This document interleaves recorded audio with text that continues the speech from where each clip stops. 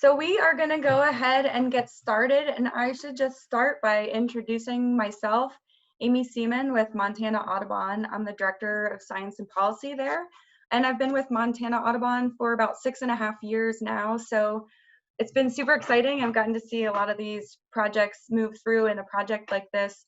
I hope you'll see really is a team effort, and it takes quite a lot to put together, and so I'm super excited that we do have everyone on the team that's really helped do a lot of the legwork to put this together. So we have both Bo Crees on the phone right now, or on the video. Here's his picture as well. I figured we'll try to make sure you guys get to see who we are a little bit. And so he's our avian technician data specialist, and it's a joint position that we have Montana Audubon with the Montana Natural Heritage Program. And it's a position that we've started just a little over half a year ago, really because we share a lot of the same priorities, which is managing and making sure that we have the most up-to-date, best bird data that we can available to everybody, basically, available to the public, open for environmental analysis and all the other important needs that we have.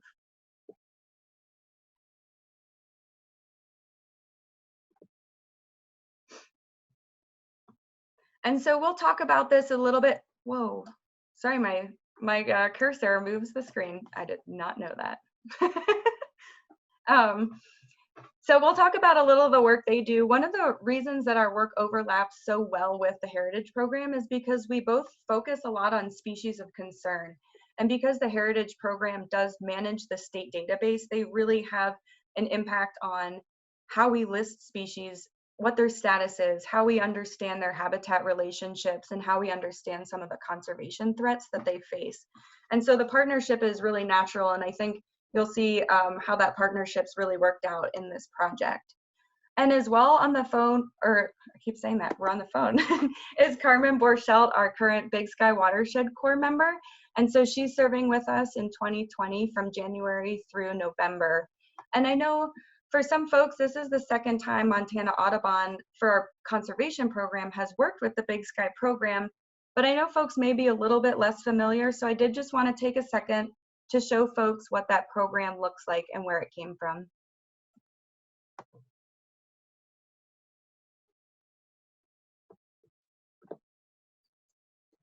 So the Big Sky Watershed Corps program is an AmeriCorps program that's in Montana, and it's actually interesting because it's really unique to Montana, and Montana's sort of demonstrated just how effective it can be.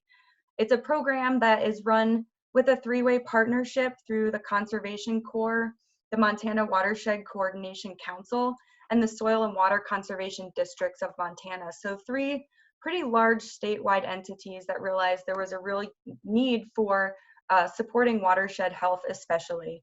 And so there's a super wide range of focal areas that they have, but the two that we really connected with on Carmen's position are these focal areas of watershed education and outreach, and then the capacity building and volunteer generation. So we've had Carmen on this year to really help with every level, every in and out of our citizen science programs, helping us really formalize them, helping us do more outreach, more formal communications, and just tidying everything up, you know, making sure if someone came in, they could pick it up and run with it. And so it really takes a ton of work. So I just want to acknowledge her here, but also let you all know it's been a great program, and you'll see we have a huge focus on riparian areas. And so the watershed program for Montana Audubon has really been a fantastic partnership.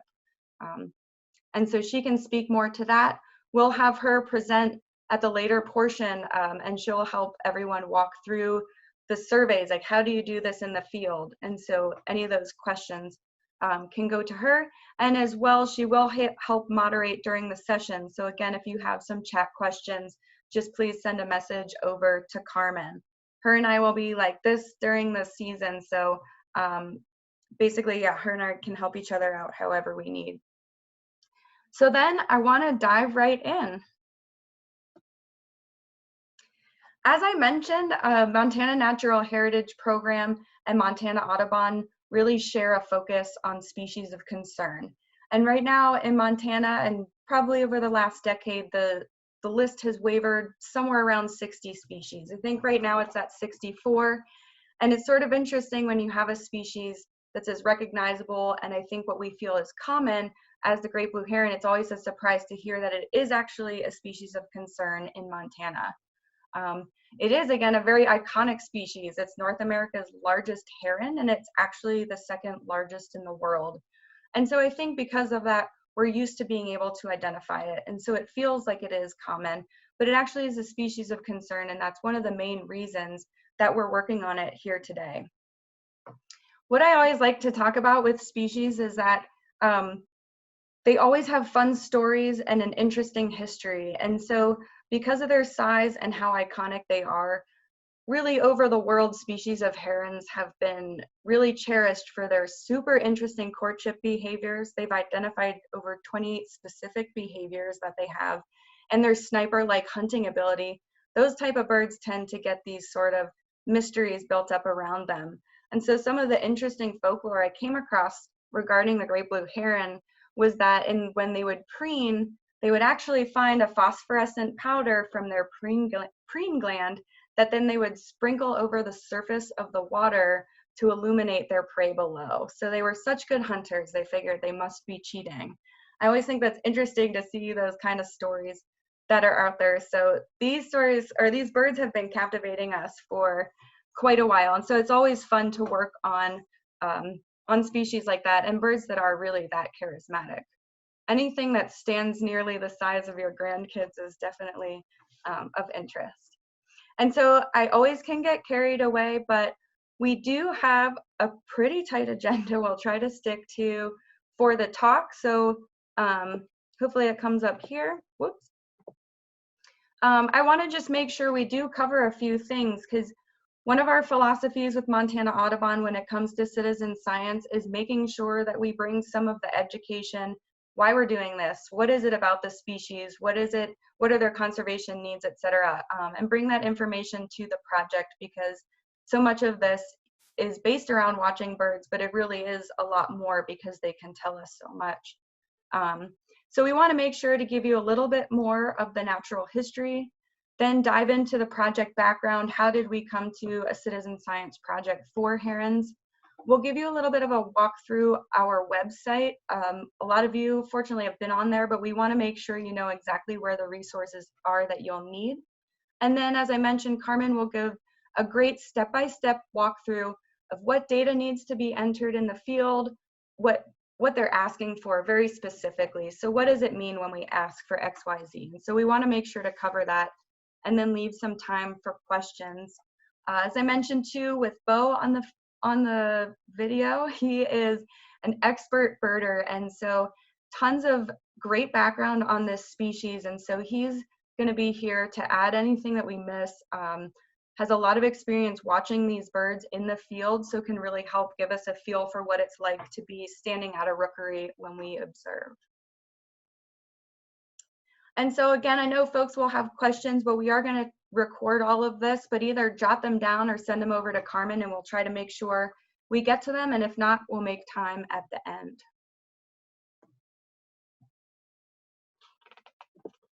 So just to dive in a little bit more on some of the natural history, and it's sort of funny because when you type the word waterbird so often as I do, you get the little typo, like, this isn't a word, what is this? So it's one of those things that ornithologists love and totally understand in a different way than other people.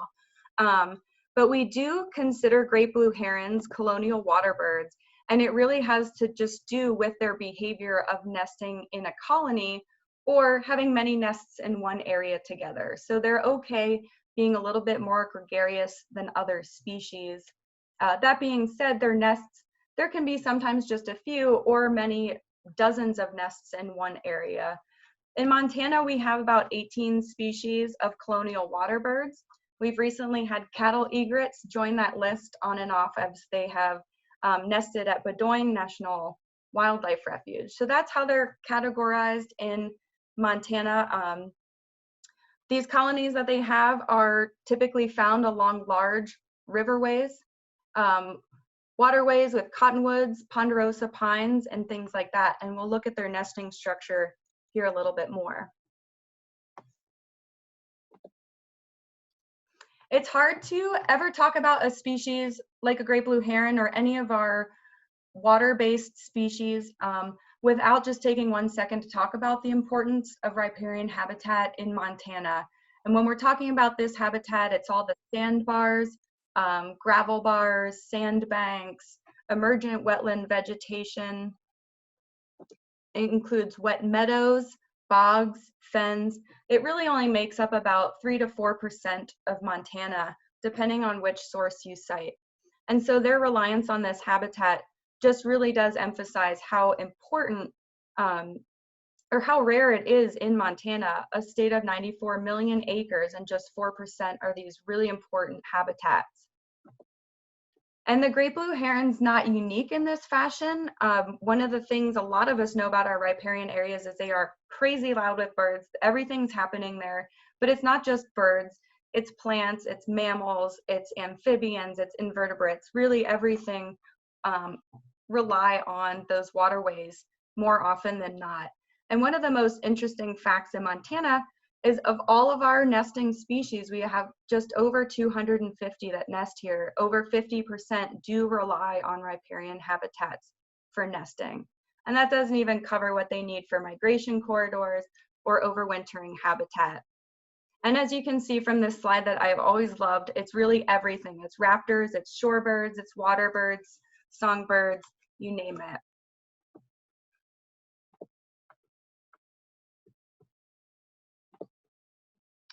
But one of the first things I always find most interesting, and that we always try to do when we start to learn about a species, is that we typically query its range and we say, well, where the heck is this found? And I always find it to be an interesting exercise because as much modern data as we have, we always find that our static range maps is what I like to call them in air quotes, our static maps, they never seem to quite fit the experience that we have. And so we can see in this slide, it's quite interesting. If you look on the left-hand side, this is what, if you did a standard query of, hey, where are great blue herons found? You'd say, oh, they're not found in Western Montana at all. That's so interesting. That's not the experience that I've had, especially when in Montana, one of our most well-known rookeries is actually down in Lee Metcalf National Wildlife Refuge down in the Bitterroot Valley. So it's a really interesting story.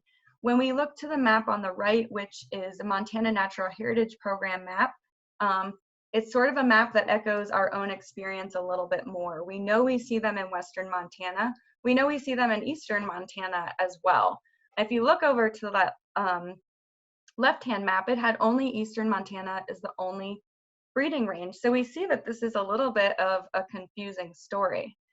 And if we take it one step further, the story is further confused. The map on the left here is a real-time image I took yesterday from eBird and showing us all of the current great blue heron locations for this year in Montana, which again, much more fits our experience that we've all had, which is that great blue herons are basically found throughout Montana.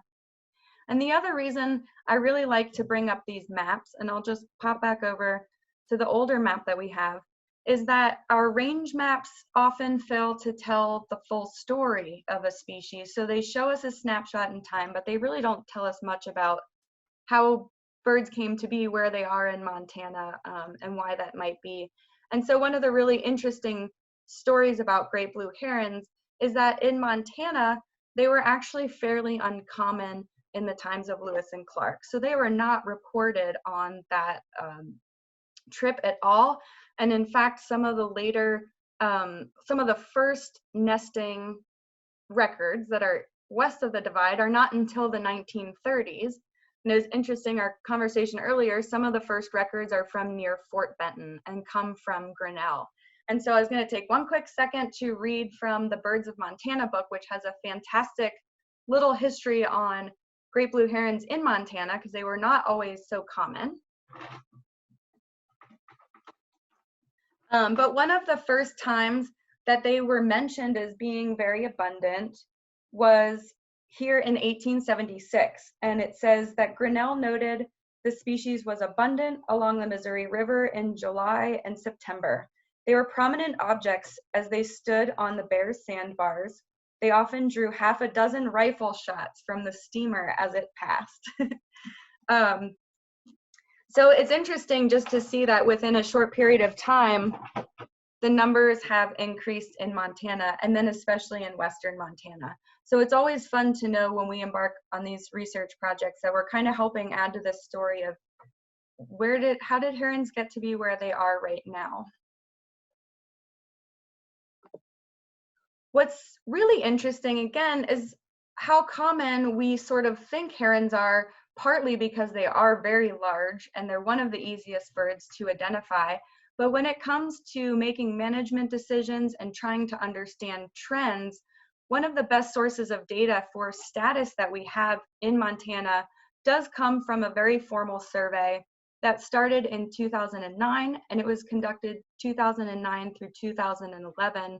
And this colonial WATERBIRDS survey that was conducted throughout the West. So super intensive surveys for 3 years. Flag the date. You can see the publication there says 2014, but keep in mind this data was actually collected from 2009 through 2011. So right there we know, okay, our data is starting to get a little bit older. So one of the ideas we had one of the ideas we had to work with Montana Natural Heritage Program was figuring out, well, we're starting to get to where we're almost have a decade-old data, and what are we going to do about this? So this really intensive survey, this colonial WATERBIRDS survey, ending in 2011, you saw the slide already, but what it did help us know and what we had gathered is that there are nesting locations for herons all over the state. And so often there's between 80 to over 100 sites a year scattered all over. In addition to what we know from the WATERBIRDS survey, though, is great data that we have and we rely on for most of our species, which is the breeding bird survey data. And this is part of a nationwide survey effort that's conducted every summer where folks do 25-mile driving routes. This is the first year I've done them. They are actually canceled this year, which is really sad and unfortunate, but so interesting because we've based just decades of data off of these surveys. And so this map, what you're looking at is what biologists would call a thunderstorm type map or a heat map. And so you're seeing a kind of cool to warm gradient with the red colors being where populations have been noted to decline, and then the cooler or blue areas where the population actually could be increasing.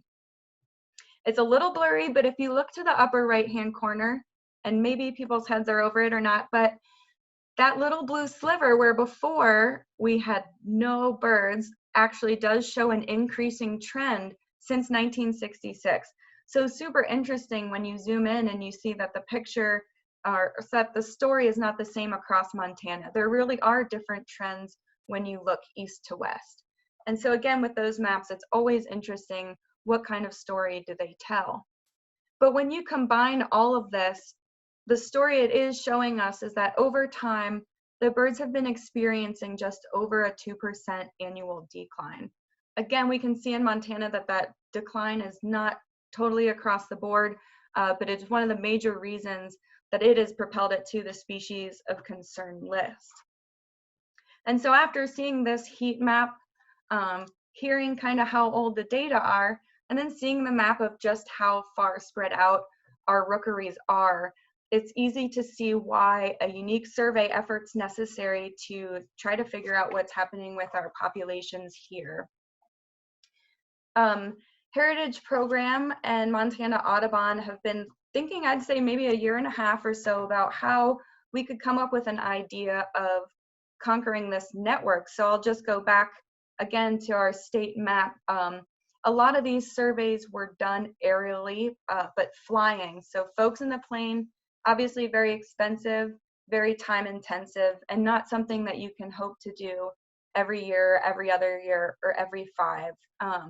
A lot of our fish, wildlife, and parks regions are able to monitor some of the major corridors like the Yellowstone and the Bitterroot especially through flights while they're monitoring other species like eagles or ungulates. So it is a nice species to tack on, but it's actually quite difficult to survey that many rookeries spread across the state. So one of our first ideas, to give some more background on the project, was could we actually remote survey these species from the comfort of our desks? Could we use what's available on Google Earth and other satellite imagery to search for the nests? And so there's a picture of Bo being very diligent. So we put together an experiment we wanted to find out.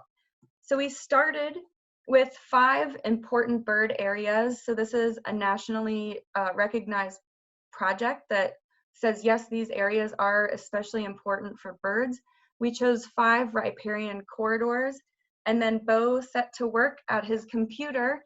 And if you look in the lower right screen, what he did was use known rookery locations to train his eye to look for what ends up being a very significant or distinct visual signature that rookeries have. So it's kind of neat to look at that white arrow pointing out those really large nests that actually, once you look quite hard, are quite visible. And so he spent some time training on historic rookeries. And then the test was to go through these 5 corridors and see what we could find blindly. So basically, can we find ones that we didn't know about? And so we're going to cut right to the chase. Most of the table's not super important here, but I just want to point out 2 little tidbits of text. And the first in the results is that he was able to re-find 85 historic rookery locations. So these already had data points, but he found them without prior knowledge of where they actually were. So even though they were there, he found them, quote, blindly. So it showed us, wow, this is a really, really great survey method. And the other super cool thing is if you look at the far right column of the table, you can see that he actually was able to find 8 rookeries that had never been previously reported before. So essentially, our survey data was the very first data for that rookery. So that was super excited. We were very encouraged. We actually did present on it this year at the Wildlife Society meeting, so we're super excited about how to use this in the future, but it also really helped lay the groundwork for this project because of course, it's only so satisfying to survey remotely, but as well, you can only get so much information. So where the really directed colonial waterbird survey is able to get the number of individuals or the number of nests there, these aerial surveys can only give us a number of nests.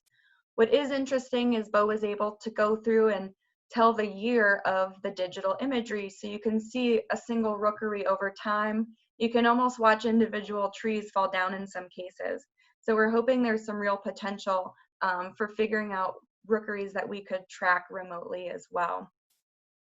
Just quickly, I'll point to the image in the top of the screen there, and that's a section of the Upper Yellowstone River.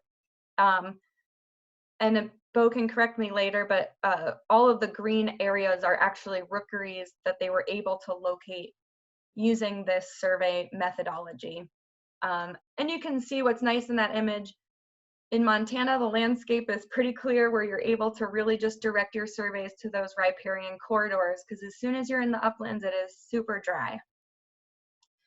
So we've been really excited about that, but again, you can only do so much. And we really decided we needed to get people on foot. And again, one of those really major push factors was the fact that it's been almost a decade. We're getting close to where we've been monitoring these populations.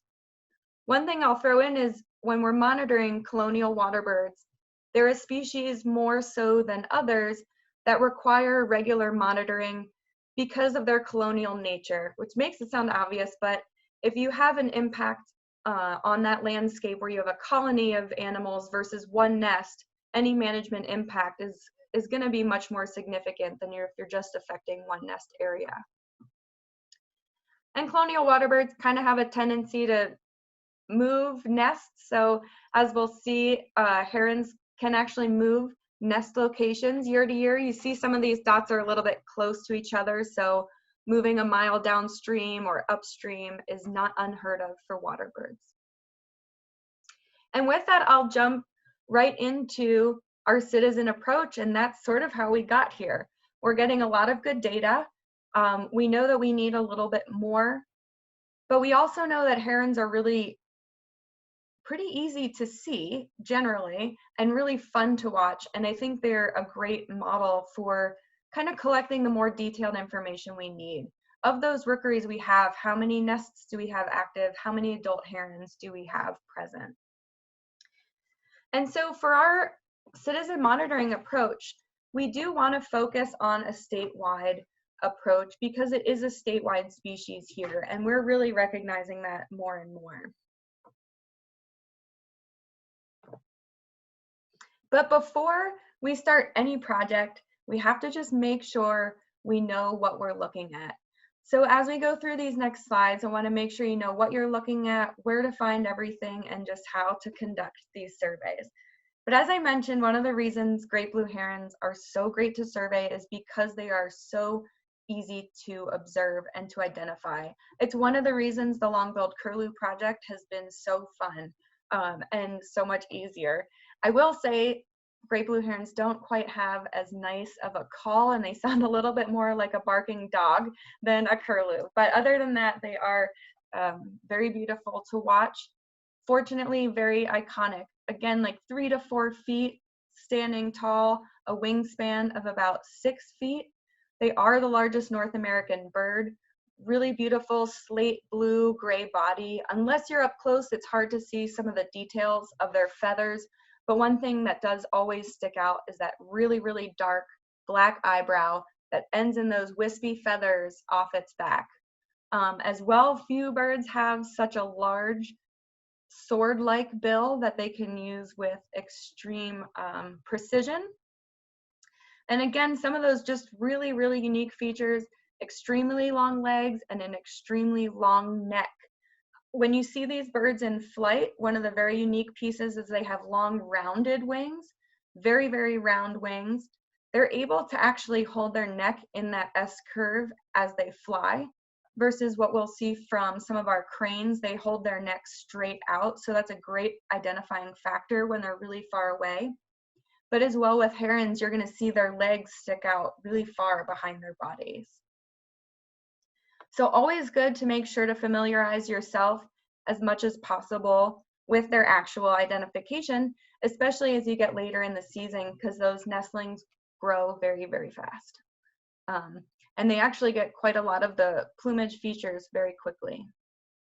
So in addition to being able to identify the bird themselves, you're going to want to know that you're looking at a heron colony or a rookery. And so they can be spaced out like this. Here you see in this image, there's a couple nests scattered amongst a couple trees. They really can contain just one or few to many dozens of nests. And so when you're visiting a rookery site, you want to look around and try to see as many nests as you can, because they can be quite spread out. One of the reasons Bo is able so well to see the nests on the aerial imagery is because they're quite large individually. The nests can be up to 4 feet across and even 2 feet deep. So huge nest, often quite high up in the canopy.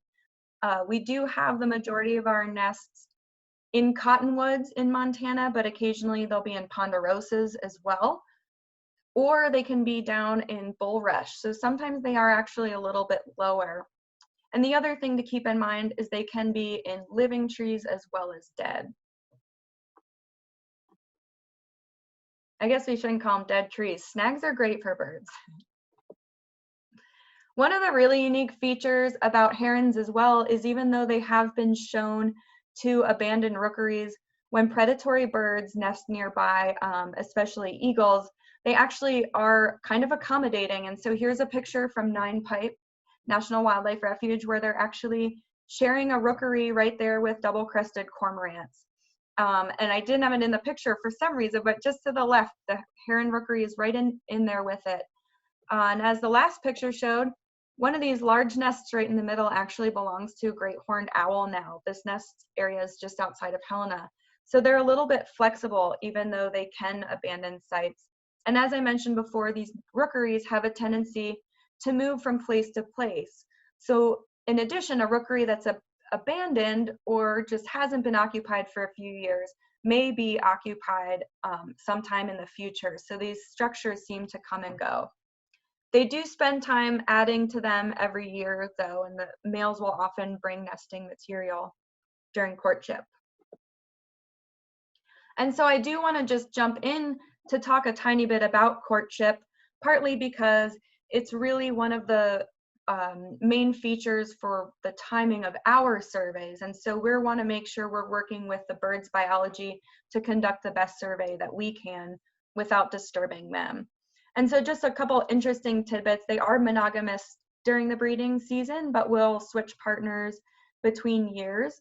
They typically do come back to the same rookeries over time, but again, they may shift a little bit. They end up very wary of humans, and so that is something we really want to take into consideration as we go through the survey and as we encourage folks to get into their habitat.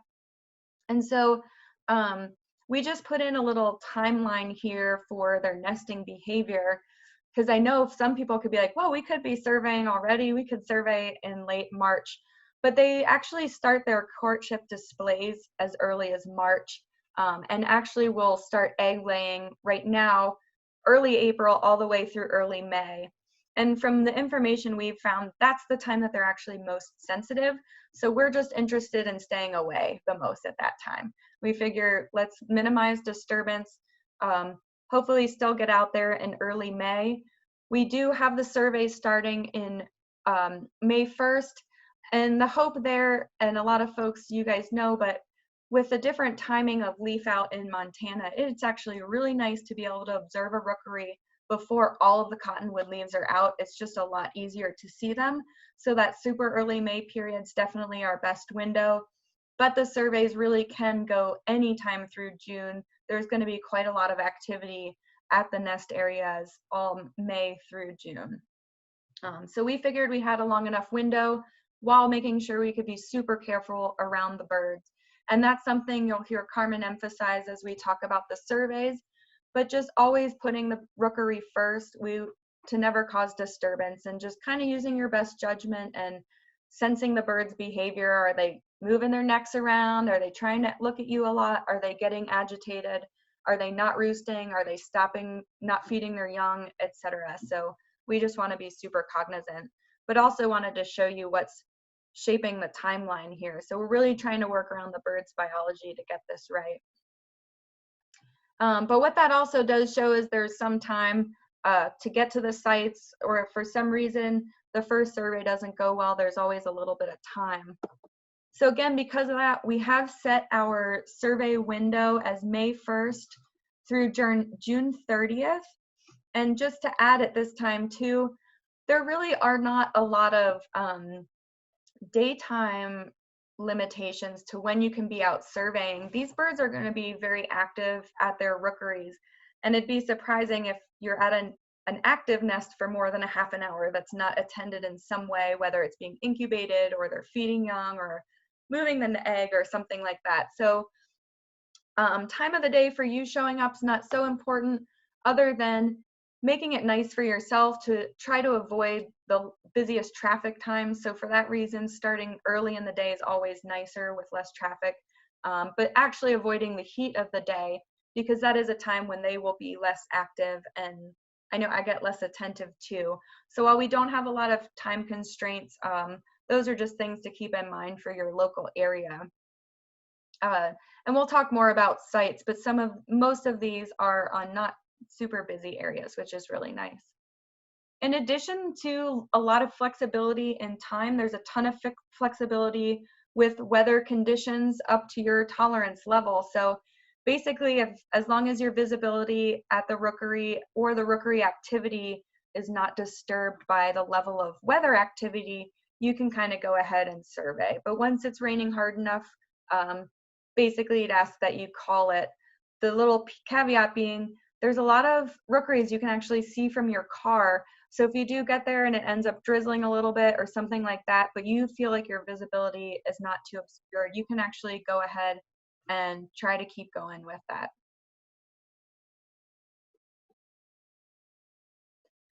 And so now I want to just make sure that everyone will have the materials that they need to go in the field. So now we have when we're surveying, what we're looking for, and I just want to make sure you have everything that you'd sort of need to be prepped to do this survey. And so I'm just have this slide up here, which shows an image of our fact sheet and protocol.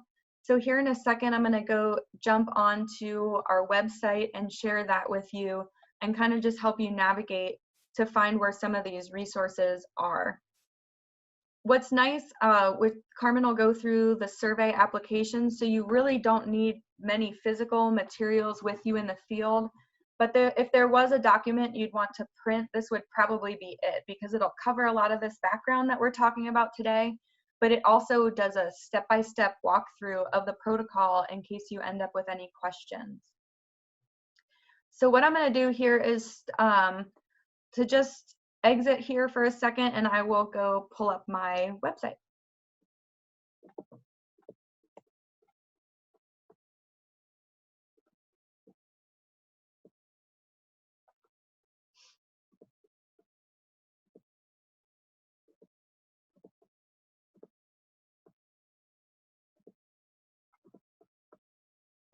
All right, so everyone can see that there.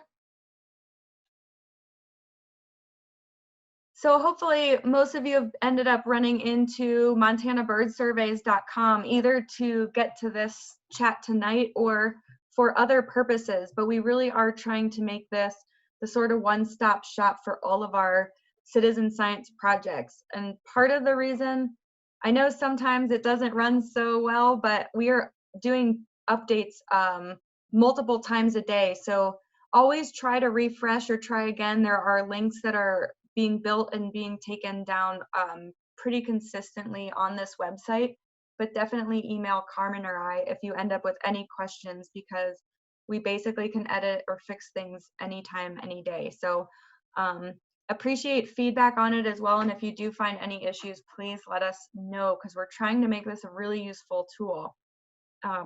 We've been using it for about 2 years now. So because of that, Great Blue Herons is a little bit lower on the list now, but if you scroll down into the Great Blue Heron box, you can click on that and it will bring you to the main page for the Great Blue Herons. So I just want to walk through what we have on this page here. And so this about Great Blue Herons, that's going to be that main guide that we just showed. So you'll be able to have the fact sheet on one side and then the protocol. And this will actually download as a PDF. So you can either save that as an image or print that out if you'd like. And if for any reason anyone wants printed materials of survey resources that they can't get just for ease of reading, we're always happy to print and mail things for sure. We have Identify a Great Blue Heron. That's going to link to the Montana Natural Heritage Program field guide and all the information on Great Blue Herons in Montana, and just more about their ecology, their range, habits, etc. Again, it's always fun to know more about your study species before you go out in the field, and then you see how interesting they are. And then we have the survey resources tabs that we are going to click into right now, and then volunteer forms. We don't actually have too many official forms right now for this project, but just as a disclaimer for this project, we are unfortunately not able to do any like mileage reimbursement or anything like that.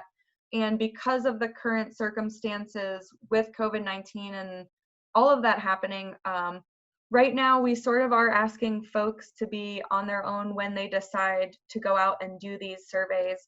We're always happy to help folks plan them or decide when the best time is, but unfortunately they're on your own a little bit for now. I'm happy we can keep going with them. So I'm gonna take a second here to click into the survey resources tab. And the reason is because one of the questions most folks have is, how do I find a site? And so I want to walk you through just how to do that and show you what we've built for you. And hopefully everyone can access that. So when you go into survey resources, there's a number of other windows that pop up. So the online training, you found that all tonight. Again, we have that protocol document. And then the other tab is the Survey 123 application for Great Blue Herons. So Carmen will go through that portion next. but everything she's going to go through, there's a how-to guide, the links to download the application, to troubleshoot, and everything will be on this page as well. And so you can see here at the bottom, the survey sites.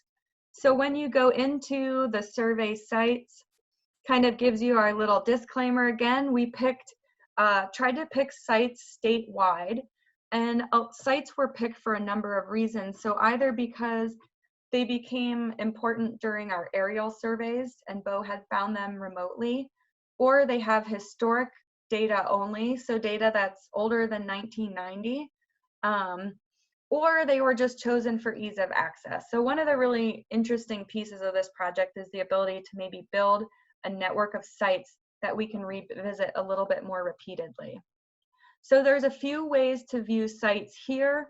We've made a button that download Google Earth file survey sites, and that will actually connect to a file that opens all of the survey sites in Google Earth, so you can scan all around Montana, kind of go in as far as you need to and find exactly those pullouts and exactly where we need to get folks to be.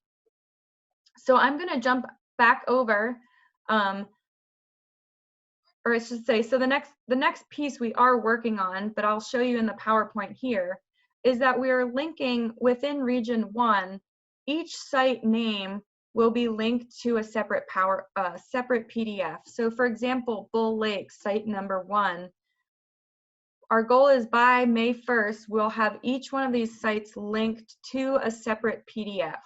So there'll be a little bit of a second way that you can try to explore the sites. Google Earth really is the best way because you can all figure out the best route to get there, and it's easy to get a really nice visual of potentially even the trees that you'd like to look at. So I'm going to go back to the PowerPoint here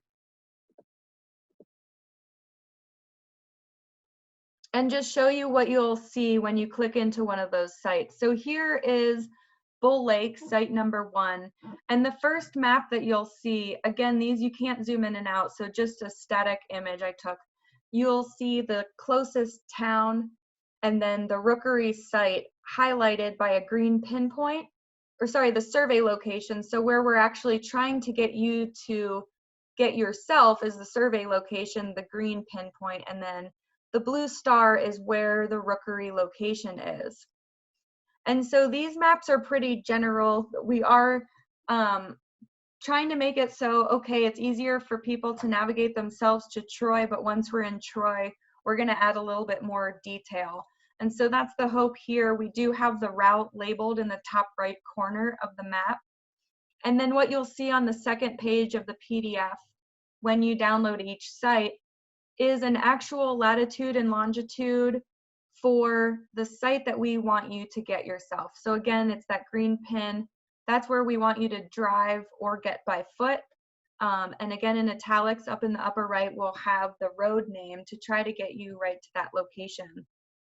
In some cases, there's going to be a little inset map, even further zooming in, so that you can get a visual of the pullout and an estimate of the Rookery location.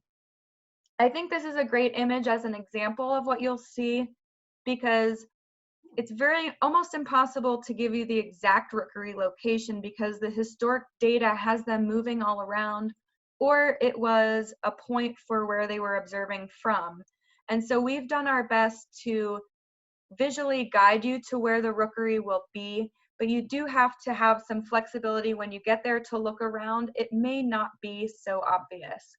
And in some cases, we've labeled the Rookery as historic only. And so in that case, you have the further information that I'm looking for something that may or may not be here. So just kind of keep an openness when you get to these sites and make sure to really explore your full surroundings. Because while we're giving good guidance here, we don't actually have exact locations. We do, as much as possible, we do want folks to focus on the set of sites that we have available, but we do recognize that people either have private areas or sites that they've monitored for a really long time.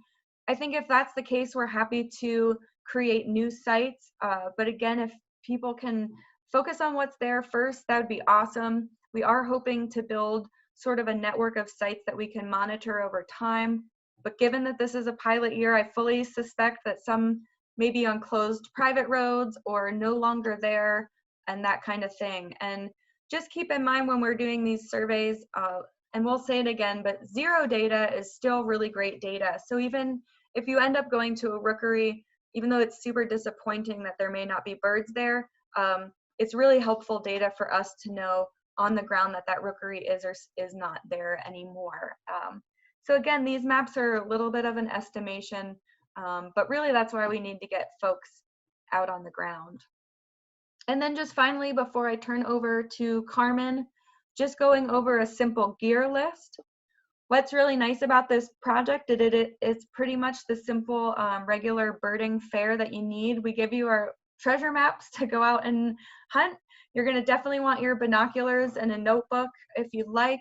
We do recommend bringing scopes for this project because the rookeries can be quite far away, but it also just gives you a great advantage for being able to watch and see what's going on. And then you will need a smart device as well, which is a little bit unique. We do ask that folks, give it a go to use the Survey 123 application, but if for some reason it's not able to work, we can definitely come up with an alternate solution. And so I know that was a long time for folks to listen. I really appreciate everyone listening and hopefully have come up with some good questions. I'm gonna stop sharing here and switch over to have Carmen walk you through the Survey 123 application. All right. Awesome. Thank you very much, Amy. And again, my name is Carmen. I'm the Big Sky Watershed Corps member that Amy introduced at the beginning of the training and talked all about it in my program and what exactly I'm doing with Montana Audubon. So today I will be covering the Survey 123 app that will be your main use of data collection while you are in the field. So I will go ahead and, oh, Amy, if you could allow me to screen share. Ah, yes.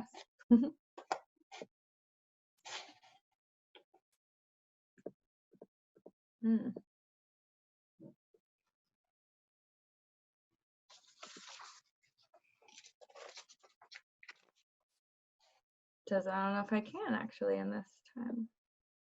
Give me a second here. Okay, it should be good now.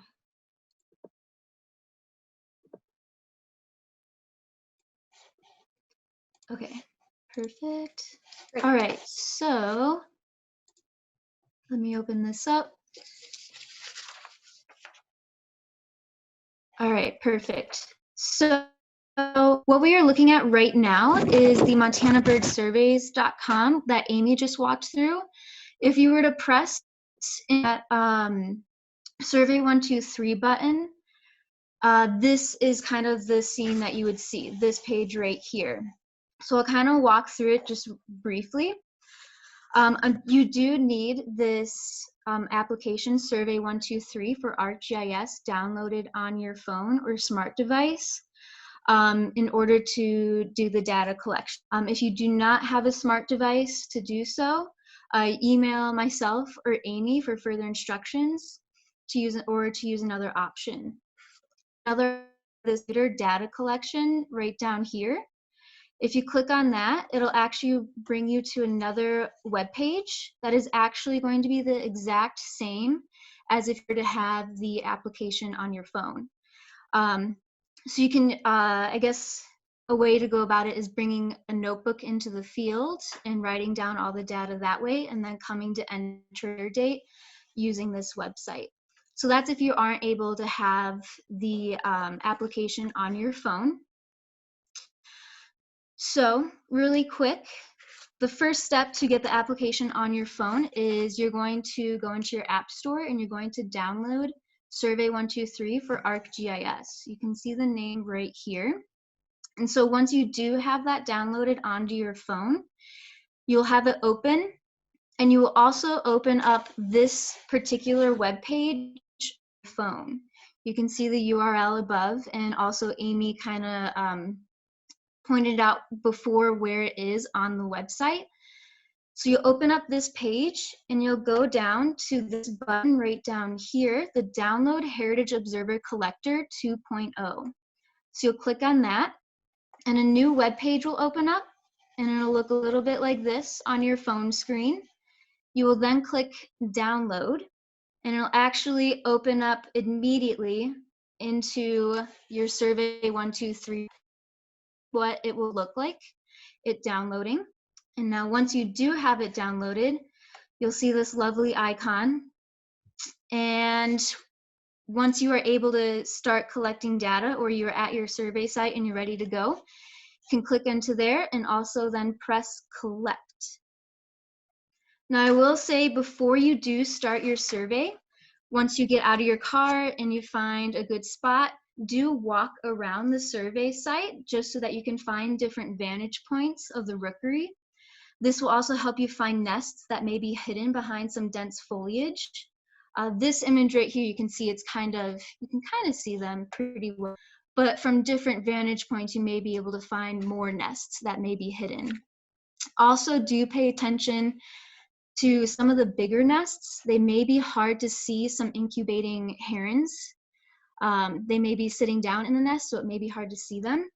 You may be able to notice that little top wisp of a feather just poking out of the nest.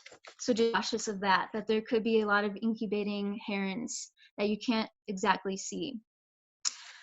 Now, in terms of how close you want to get to a rookery, how Amy was kind of covering that beforehand, in some circumstances, being closer than 300 meters to a nest on foot or even 200 meters in a vehicle can be unavoidable. So judgment, and as we don't want to have added disturbance to the rookery, of course. And so there's two examples. One example would be a site that is only about 150 meters from a semi-busy road.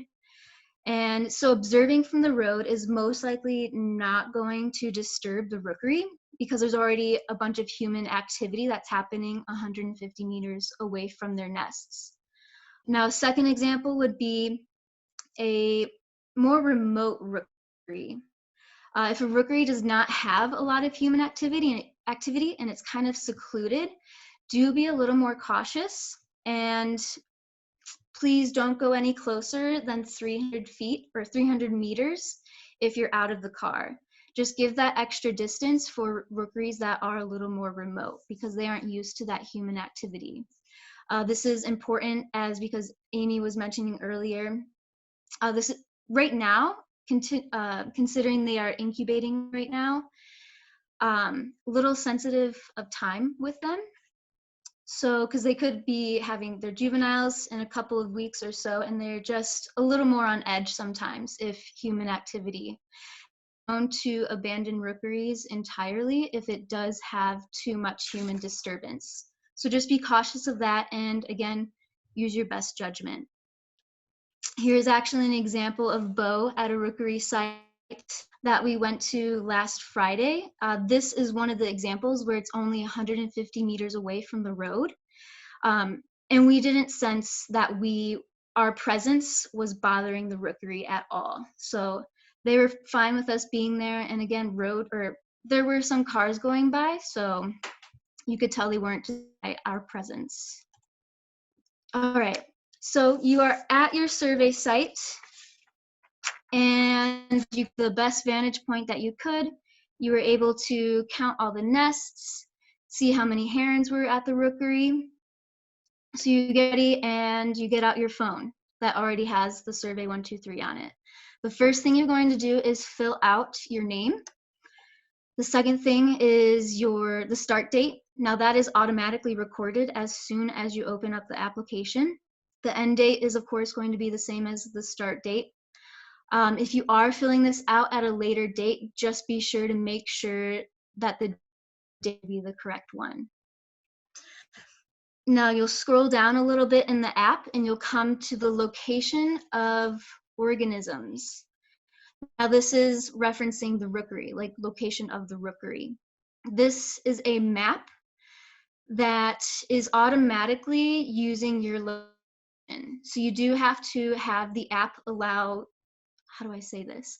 Allow the app to use your location so that it can get the exact location you are at for this map right here. So how you use this is you can tap on it and you can move it. The pin drop is your physical location, and we would like you to try to move it to the exact rookery location. Now this map sometimes, and it can get a little skewed. And to fix that, if you want to go right back to your original spot, you can press this little compass right here, this little circle, and it'll bring you right back to your position. So if you mess up at all and it's in the wrong place, you can go ahead and press that and you'll be good to go. Now, if you were able to move the drop pin to the exact rookery location, and you feel pretty confident that it is the exact location on the map, you can use the spatial precision below as 50, if you're pretty confident in that. Now, if you can't move the pinpoint and you're having a lot of trouble with it, you're more than just leave it as is. All right, and so then you will scroll down a little bit more in the app and you'll come to the habitat notes. Amy mentioned most of the heron rookeries in Montana are mostly in cottonwood, sometimes ponderosa. So just be sure to indicate what kind living in. They also could be standing in some dead timber. You can describe the vegetation structure. You can see this example picture right here. It's kind of dark, so you can't see it too well. But there's a little bit of junipers in there, some willows on the other side. And there's also a small creek. This was also, there was an agricultural field just across the roadway, so that's also something you could mention as well. You can also mention some other things like have leaves started to emerge, what kind of foliage, and obstructing any observation of the rookery, so on and so forth. Anything you see as importance that would be good to mention. So the next one that you will fill out is the location description. Now again, these actually say optional on your application, but please, please, please do fill this out. This is not optional. We would love to have this information. So location description, record the information of where you are observing from. So for example, we can see a road pullout on I-90, mile marker 145. The rookery is on the south side of the road. That would be a perfect description, just so that we can have another observer in the future also easily be able to find this same location that you are observing from. So that's the idea behind that, is just so somebody in the future can find this same location. And so with the first page, you'll click this little next arrow right here, and you'll be prompted to fill out the taxonomic group. So you'll scroll down in the app until you see structured survey. It's going to be at the very bottom. Once you press on structure, another little box will pop up just below the survey taxa group. And since we are monitoring Great Blue Herons, we will be using bird. So we will on bird, and once you do that, another window will pop up just below there, and you will scroll down until you see Great Blue Heron Rookery. Now, if you do not see Great Blue Heron Rookery, that means you do not have the most up-to-date version. So if you already have previously downloaded the Heritage Observer Collector app, please do you have the most up-to-date version. All right. And then once you do press the Great Blue Heron Rookery, more boxes will pop up. The next thing to fill out is going to be the mapped location type. So this is referencing back to that little map that I was talking about earlier. And this is whether or not that pinpoint that you're able to do, if it's the exact or approximate survey or location, or if you were able to move that pin to be the exact or approximate rookery location. So this is where you will indicate if it's exact or approximate. You will then fill out the total heron nests So record the number that can be seen in the colony regardless of their activity level. And you can also estimate whether or not some nests are blocked from view. Even if birds are not present at the rookery, nest-only actions can be recorded. The next step is going to be filling out the active heron nests. Now, a nest is considered active when there is a wash on the edge of the nest, if adults are on the nest, or next to it, if juveniles are present in the nest, so on and so forth. So once you fill all of that, this is actually when the 1 hour survey will begin. So at this point, I would recommend setting a 15-minute timer and resetting that 15-minute timer every time it goes off, because there will be 4 different increments is what we broke the survey into. Sorry, notes. So make sure that you, apologies. So of course, during the 0 to 15-minute period, if you only counted 6 herons, that is what you would put out. And then if there, for the 15 to 30-minute increment, there happened to be a nest exchange, one heron came in and they switched duties and the other heron left, be sure to indicate that there was a 7th heron that came in. Now, for example, in the next increment, the 30 to 45-minute increment, there was the same 6 herons that were there. You know there's that one off feeding, but it already left the site. But if you do not physically see the heron, only record the herons that are present at the rookery. So that's an important note there. Only if they are present at the rookery, that is how you will record the numbers.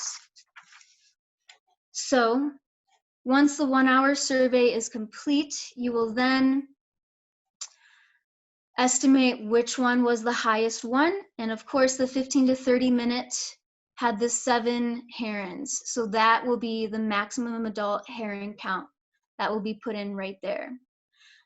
Now for this particular survey, there was no juveniles present, although the herons were incubating, which you can also indicate in the survey comments just below.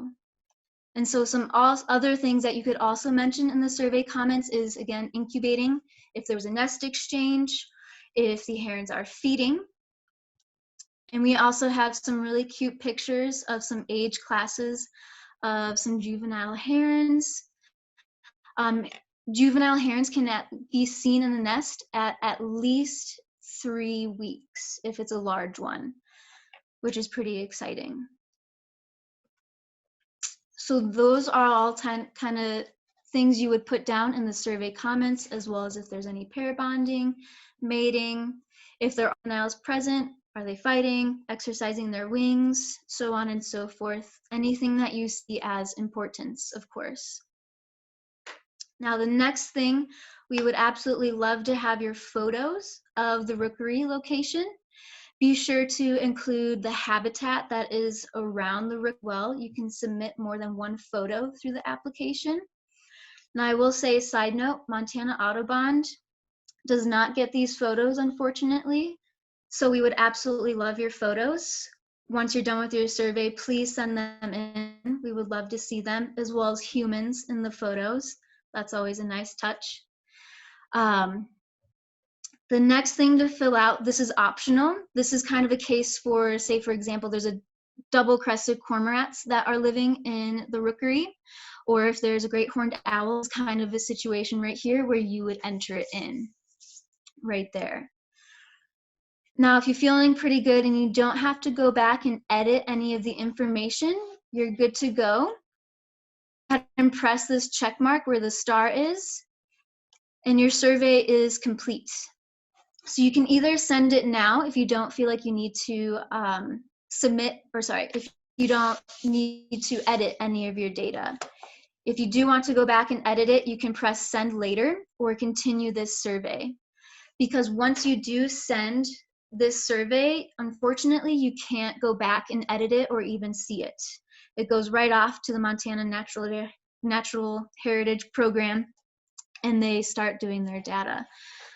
So if you do have to do any edits, be sure to press either send later or continue this survey. So let's see here. So that is the application. If you do a later date, this is what it looks like. And you can go back in here and edit it, or you can also send it right here. But yeah, that is actually the overview of the app. I will go ahead and somehow stop screen sharing.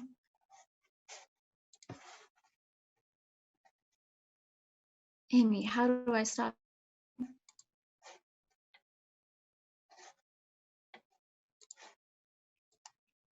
You're muted. A red square at the top of the screen, maybe right in the middle. Aha. Yeah. Perfect. Great. All right, so that is the end of going through the survey 1, 2, 3. I know some things were kind of confusing in there. So let's see here. I did get some questions and I'm reading through them right now. The survey 1, 2, 3, it will ask for a login. You do not need a login. And you also need one portion that I did realize that I did not go over is once you have the survey 1, 2, 3 on your phone, you will download the Heritage Observer Collector. And that is what you need to do the survey. Sorry, just reading through the questions. No, that's good. I'll just add to that piece that the survey 1, 2, 3 is the portion that hosts the collector. And that is sort of a GIS sort of platform. So you would have to pay to register there, but you can use the Heritage Collector free through that. So you don't need to log in. So you download it, you close it out, and then once you just click on the Heritage link, it will open automatically through that program. And the only other thing I'll add on the for the outbox is once you do a survey, I would say one of the only bummers is you can't actually save your own survey for your own viewing. So once you do hit send, just know that it's pretty much sent in that format. It does ask for your name, so if we had questions, we could always ask you later, but for whatever information you'd want for your own bird lists or own fun, you do need to make sure you have that because once it's sent, it's not very easy to access. And I did get a question about whether or not you need to be connected to the internet when recording the data, or does it work offline? And yes, it does work offline. So you do not need to have Wi-Fi connection.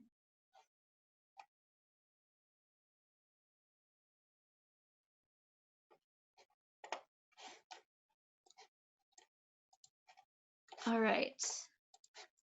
I believe. Yeah, I don't know. Does anybody have any further questions? Is this the general questions stage or only about that app? Yeah, absolutely. We Either can jump one. into general questions, and I'd also offer, Bo, if you would like to add anything that we missed, please feel free to jump in as well. But the three of us will do our best to answer any questions now for sure. So I'm confused about how each of us selects a site and then how often we're supposed to visit the site, and then how do you make sure you're not doubling up on somebody else visiting the site and that sort of thing. Yeah, that's a great question. And I didn't at all mention the number of times we're surveying. So we are just asking folks to visit once. Definitely people could visit more than once if you're interested, and also more than one site. So if I'm gonna actually jump back over to share my screen and I'll show you the website feature one more time, because it is sort of it's a little bit subtle way that we've marked which routes are sort of taken or not. And so some folks we've been in contact with already that know areas close by and that they're interested in surveying. But for other folks, we have tried to break them out across the state, but again, are willing to work with everybody to find some. So let me go in and share the screen again to the website.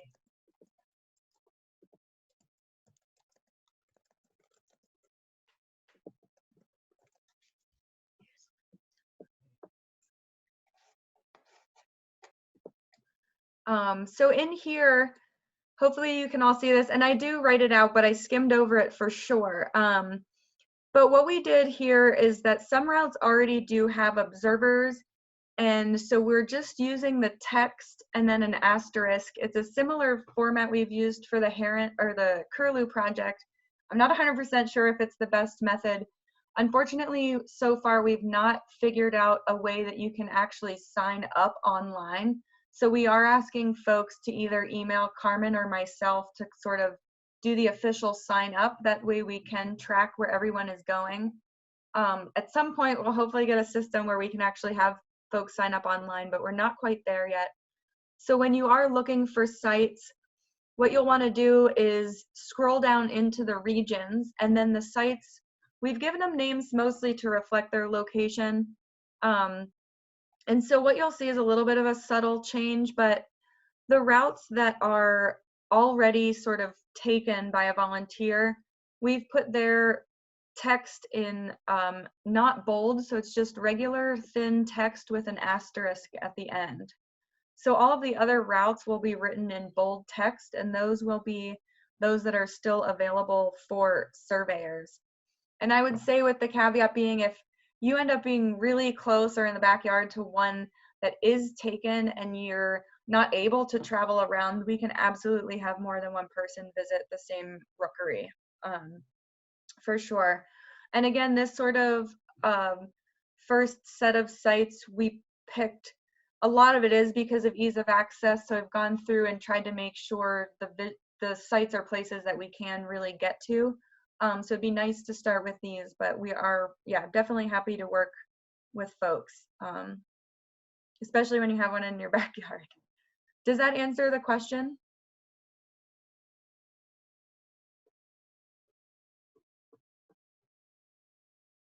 Thanks, that was helpful. Awesome. And I think the other piece is just keeping in mind that pilot part of it again. So if we find, I anticipate editing this list quite a bit in the next 2 months if we find there are some really good sites we didn't know about, or some of these are really terrible. So I think there'll be quite a bit of editing this first go around. And just to speak back to that point is, eventually it'd be really awesome, and I know other like BLM, Fish Wildlife Parks Management, would also love that if we had a set of good areas that we can monitor regularly. And I think that would include finding some really nice large rookeries that are easy to see. And a bunch of smaller ones are just easy to get to. So helping them come up with that, a group to come up with a trend.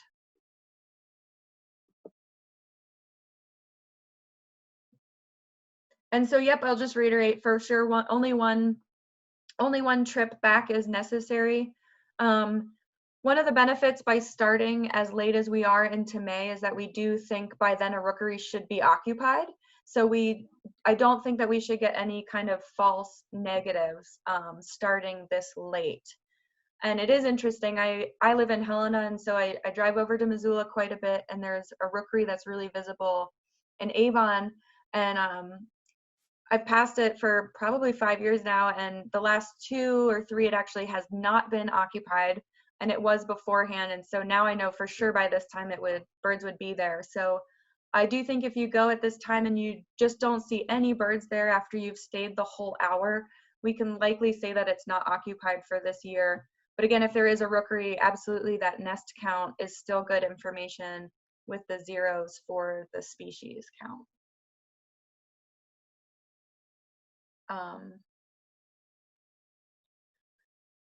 And then I would say too, as far as, you know, if there is one that's close by, if you're able to visit often, it can be really fun, especially to see development. I love that graphic with the age classes of the birds, just knowing that you can actually start to see their little heads pop up. So certainly if there's something close, it can be fun to actually watch those nests succeed. And I think what's really nice of the on-the-ground surveys, much more so than the remote surveys, is you really can never get those numbers of juveniles unless you're there on the ground. But that being said, I think it's sort of the same, use the same kind of judgment. If you end up in an area too often, I think you'll be able to sense that either the birds in the rookery are adapting to being there or becoming more disturbed. So in that way, I'd say it's a little bit of a judgment thing. And then a little bit of timing, like mixing up the time when you go. I feel like if you go to the same place a lot, Bo, you could add here, but birds tend to think it's a little bit more of a predatory behavior or some kind of thing like that. And I know just one other detail, because birds we talk about them as one great blue heron, the same as all the others, but in some ways there is definitely some individual behavior there. So another thing that can be distracting is if you are using a scope at the rookery, it's great to use it and scan back and forth, but most birds don't want a scope just like pointed at them for a really long time, because for them it looks like a giant eyeball. They can see that reflection. They don't really know what it's going on, but it's like a giant eye. So I think just being cognizant of that too, like watching one nest is awesome, but maybe move the scope around a little bit as you're going. Really quick, Amy, if they did want to site more than once, is there a minimum number of days that should be between the surveys? I would say maybe a week would be your best. I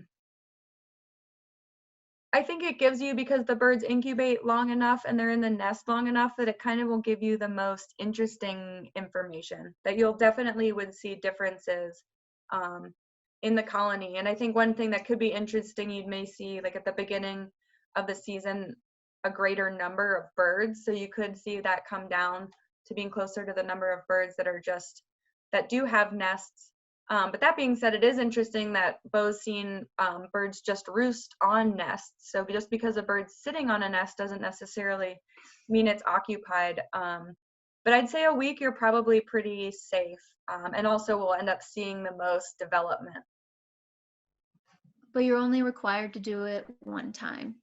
Yep, absolutely, once. And I do encourage folks to get out a little bit early in the season as well, especially farther eastern Montana where those leaves come out pretty early. Let me just add that at this time of year, and especially if you're going to go out within a couple of weeks, it's probably a little safer, especially if the eggs hatch. They're less likely to abandon. They're more likely to abandon early in the season as they just start to incubate, and so I think that should be good. But that said, you should be able to see the whether your presence there is causing a disturbance. A lot of times they're going to start rising up from the nest. If they're sitting down and incubating, they're going to stand up. Maybe multiple herons will stand up at once. And also they can start giving out their little warning croaks, these weird croaks that they make. And so if you notice anything like that, as soon as you arrive to the site, then maybe consider backing off or trying to find a different vantage point. Yeah, make sure they're not all standing up looking at you distressed. And I think it is good to emphasize that piece, because there are some of the sites we've picked are only historic records. I think there's actually a number of sites that have records from the 70s, and that's the latest. So they maybe are not used to having folks visit so much, versus that example at Lee Metcalf, where we know, I think there's a picture taken there every day. Absolutely. So it's a rookery that's much more used to that.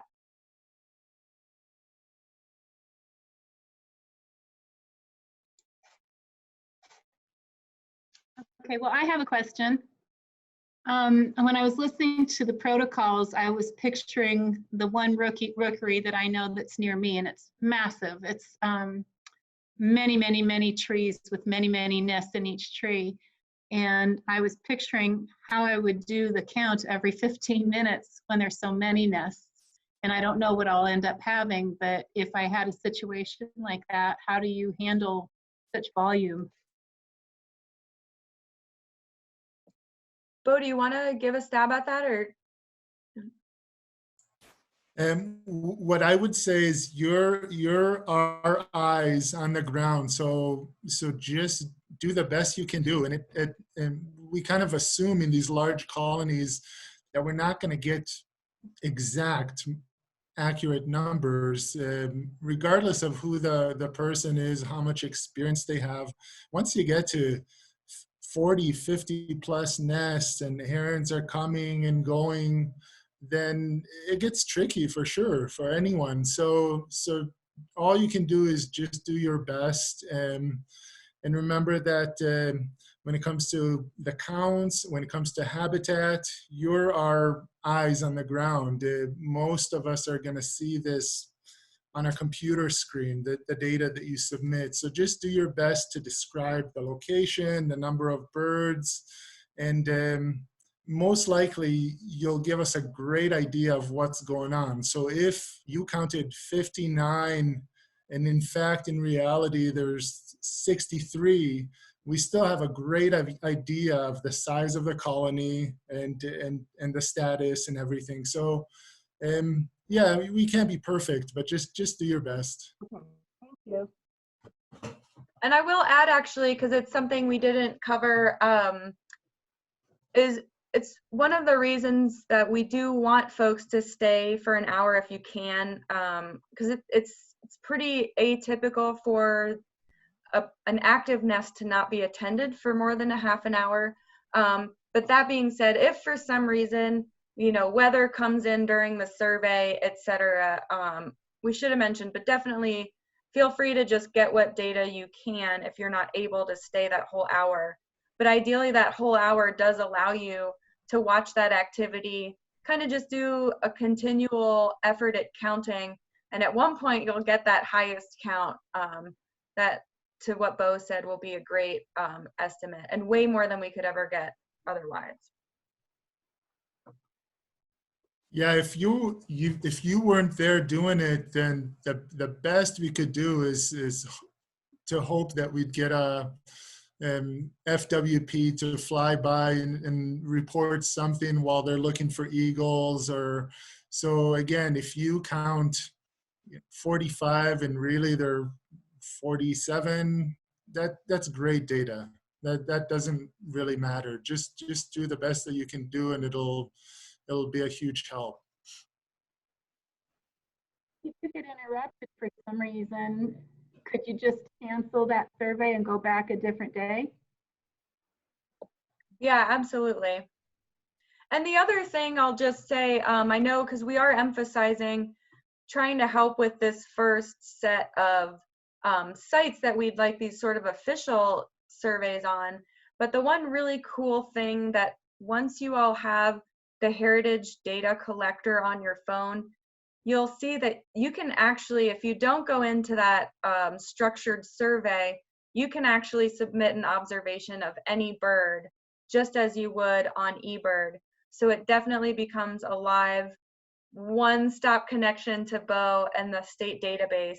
I started really liking to use it even more than eBird for especially breeding raptor observations, because in what I know then is that breeding information is going straight to the state, where it's really difficult to put eBird information into the state database still. So actually you guys have a lot of power now that you have that application, so you can put herons in anywhere, any bird, once you get used to using the app as well.